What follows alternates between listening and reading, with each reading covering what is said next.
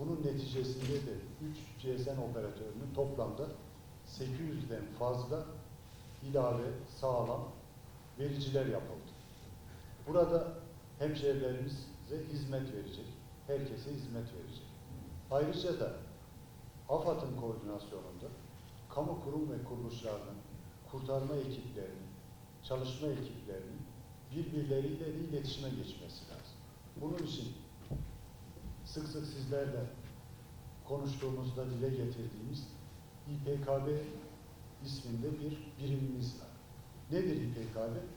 2006 yılında Sayın Cumhurbaşkanımızın Başbakanlığı döneminde İstanbul'a özel kurulan ve tek amacı yapıların, kamuya ait yapıların depreme dayanıklı hale getirilmesi ve bu anlamda da afet altyapımızı güçlendirmeye yarayacak tedbirler alan bir birimimiz.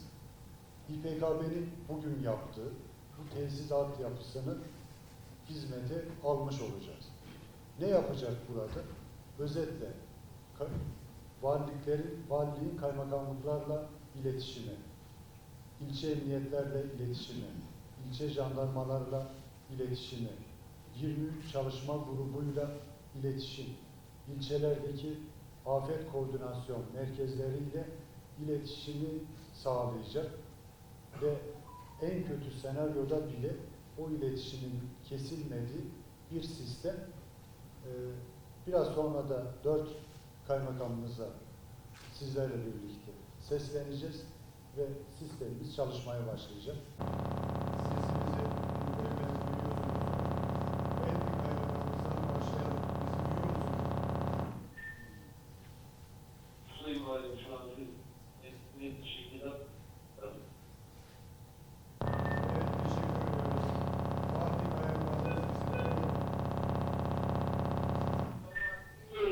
Parti icabı mücadele merkezi olarak emir ve görüşlerimizi alıyoruz Sayın Valim.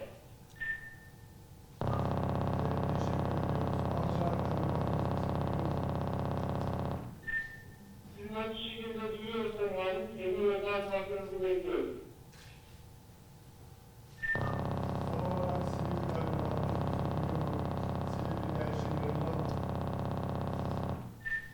İstanbul'a kalıyoruz. İcabı merkezimizden. Hepinizi saygıyla selamlıyoruz. Emirlerinizi bekliyoruz. Arz ederim.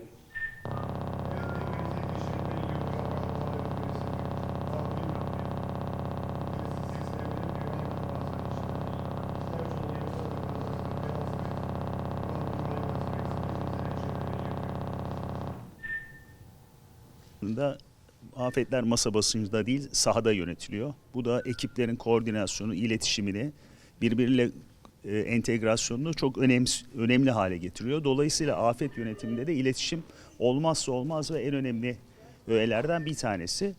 Bu amaçla da İstanbul'da olası bir afette iletişimin kesilmemesi adına böyle bir sistem gerçekleştirildi. Aslında bu sistemin bir öncesinde de hiç yok değildi, bu sistem vardı. Bu sistemi modernize ettik ve frekans sayısını arttırarak, kanal sayısı arttırarak olası bir afette tüm çalışma gruplarının, yerelde 23 tane çalışma grubu var. Bu çalışma gruplarının birbirleri arasındaki haberleşmesini, jandarmamızla, emniyetimizle, ilçe afet merkezlerimizle, kaymakamlıklarımızla iletişimi sağlayarak, dolayısıyla bir afet anında hiçbir kesintiye uğramadan tüm afet müdahale ekiplerinin, tüm karar vericilerin bir anda konuşabileceği bir sistemden bahsediyoruz. 2 yıldan beri devam eden alımı, kurulumu, test ve devreye alması Sayın AFAD Müdürümüzün ve ekibinin koordinasyonunda bizim de onlara Dünya Bankası ve uluslararası fonlardan gelen destekleriyle birlikte yürüttüğümüz bir çalışma. Sayın Valimizin dediği gibi alternatif haberleşme kanallarından en önemlisi kamunun üzerinde afet anında haberleşeceği özel depreme dayanıklı direklerde, jeneratörlü sistemlerde desteklenen kesintisiz bir haberleşme sağlayacak. Ayrıca yine cep telefonlarımız, uydu ve diğer sistemlerle de alternatif olarak desteklenecek. Yani haberleşmenin kesintisiz ve sorunsuz olarak yapılması amacıyla kurulmuş alternatif sistemlerden biri ve en önemlisi.